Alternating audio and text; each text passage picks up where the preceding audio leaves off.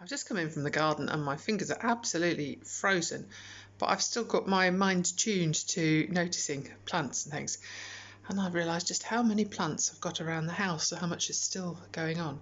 So what you can see here is the view from our kitchen window, and two of my basil plants that I potted on from a supermarket basil earlier in the year and videoed then, doing really nicely. So we're still picking some of those, the odd leaves to put with a tomato salad, but we've also made a bit of pesto recently, which is very, very welcome in the cold months.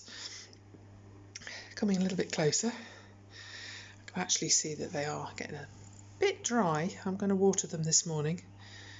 I always water basil in the mornings rather than the afternoons because they hate having damp feet overnight, as you might say. So I will water them from the base. They're sitting in trays of gravel, which means they can take up what they need. And between them I've got my cacti. These I bought from a garden centre in a tiny, tiny little pot, and potted them on, and they've just gone crazy ever since. The yellow one is grafted. Yellow plant like this wouldn't survive because it can't photosynthesize, but if I turn it around, you can see at the base that it's grafted onto a green plant. It's rather weird. I'm not sure I like it. I like the colour. Very odd. And then this cactus came to us, the central point is the original one. It was given us as a cutting from one of my son's friends when he left primary school. He's just graduated from university in the summer, so that's all the growth that it's put on in that time. Never flowered, even though it's on the brightest windowsill. Maybe it will one day, but it's getting to the point where I'm thinking, I think I might need to pot that one on. Maybe pass some on to other people. We're lucky because our kitchen has got nice big windowsills on three sides. So this is an African violet.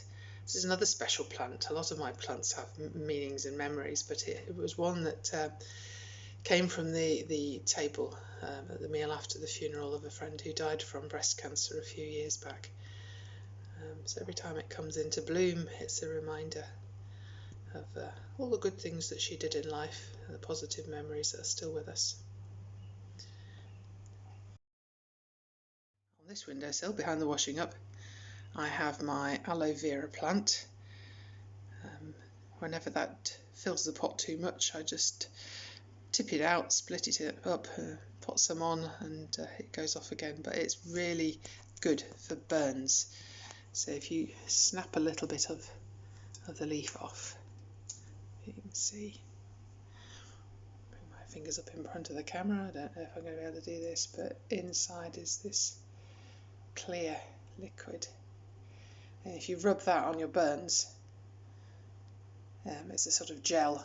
It soothes, it takes the heat out of it. It makes a big difference, and it can be all the difference between having a blister and not. Next to it, these are cuttings from my Vietnamese coriander plant, which I got from a cutting at Wrighton Gardens, Garden Organics headquarters. I'll take cuttings regularly so that if one plant gets infested with aphids or keels over for whatever reason, I've always got some more. Really, really easy. I just strip the leaves off and stick the stems in a pot of compost. Vietnamese coriander, it's no relative at all of the coriander that we're more used to, but it has a similar sort of flavour. Plants from the other side, and they make a lovely framing for the window looking out from the dining room, and in front of them is part of my collection of little gin bottles from KLM. My husband used to do still does a lot of overseas travel, and whenever he flew with KLM, he would get one of these little bottles to bring home. The front porch is a refuge over the winter for my bigger Vietnamese coriander plant and my lemongrass, which I took as cuttings from lemongrass that I bought in supermarkets. That's something I'm going to do an activity sheet on shortly, I think. In the living room next to the cat bed, I have my rubber plant. This I found in a tea shop in Grantham, our favourite place, Teaspoons, and they were selling them for $5 each. Somebody did obviously split off the babies that were coming up from the base of their own plant, and it came with a nice little note which said that it had left its mummy and would I please look after it. I mean, who could resist that? This one reminds me of my nan, who had a really big rubber plant that reached the ceiling in her house. More happy memories. And above the rubber plant is the Tradescantia cascading down over the side of the bookcase, being watched over by a pop-head figure of Deadpool belonging to my son.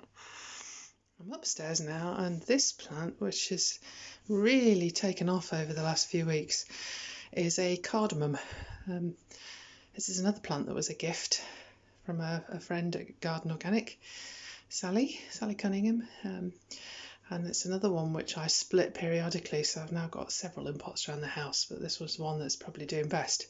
It likes the indirect sunlight facing east, and it loves the moisture from whenever we have a shower. Another east-facing bathroom window, backlit, so not a great shot, but the spider plant. This one was given to me by the son of a friend when he was a very little boy, and he picked off one of these little plants. This is how spider plants grow. They put out these suckers with a new baby plant on the end. In the wild, that would touch the ground and put down roots, and then gradually the shoot from the parent dies off. You got a new plant. So he gave me that in his chubby little hand. I took it home, and it's turned into this amazing explosion of green. You tend to see them in offices where they don't get watered much, they're fed at all, where they don't do very well. But they can be really vigorous plants with just a little bit of TLC. Right at the top of the house, under the west-facing skylight, I've got my tropical garden. So on the left is turmeric. That was planted as a turmeric root that I got from Leicester Market, and every year it grows back again. It makes a really nice house plant, and then we can eat the roots when it dies back. And then on the right, that dark green is another of the cardamoms. And here, I think because it's up skylight, they're not getting the direct west sun. They seem to be doing really, really well. And then finally, in the study, I don't know what this is either. This is the classic sort of plant you get in a supermarket or garden centre. I think this one came from B&Q originally. Lush, and it makes my study feel nice and verdant. Lovely place to be in. You might notice, because there's always something odd about what I'm doing, this one is actually strapped up with a pencil at the moment. It was growing sideways and up and underneath the desk, so it's got a kink in it, so I've strapped it with a pencil. So that won't be on forever, just until it's strengthened a little bit and is straight again. Moving past the palm. Simplest form of gardening at all.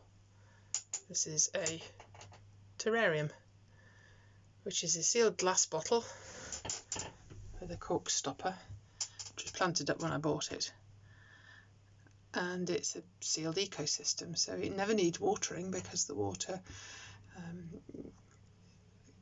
is exuded by the plants through transpiration into the air around them, condenses on the side, and then goes back down to water the roots and soil at the bottom.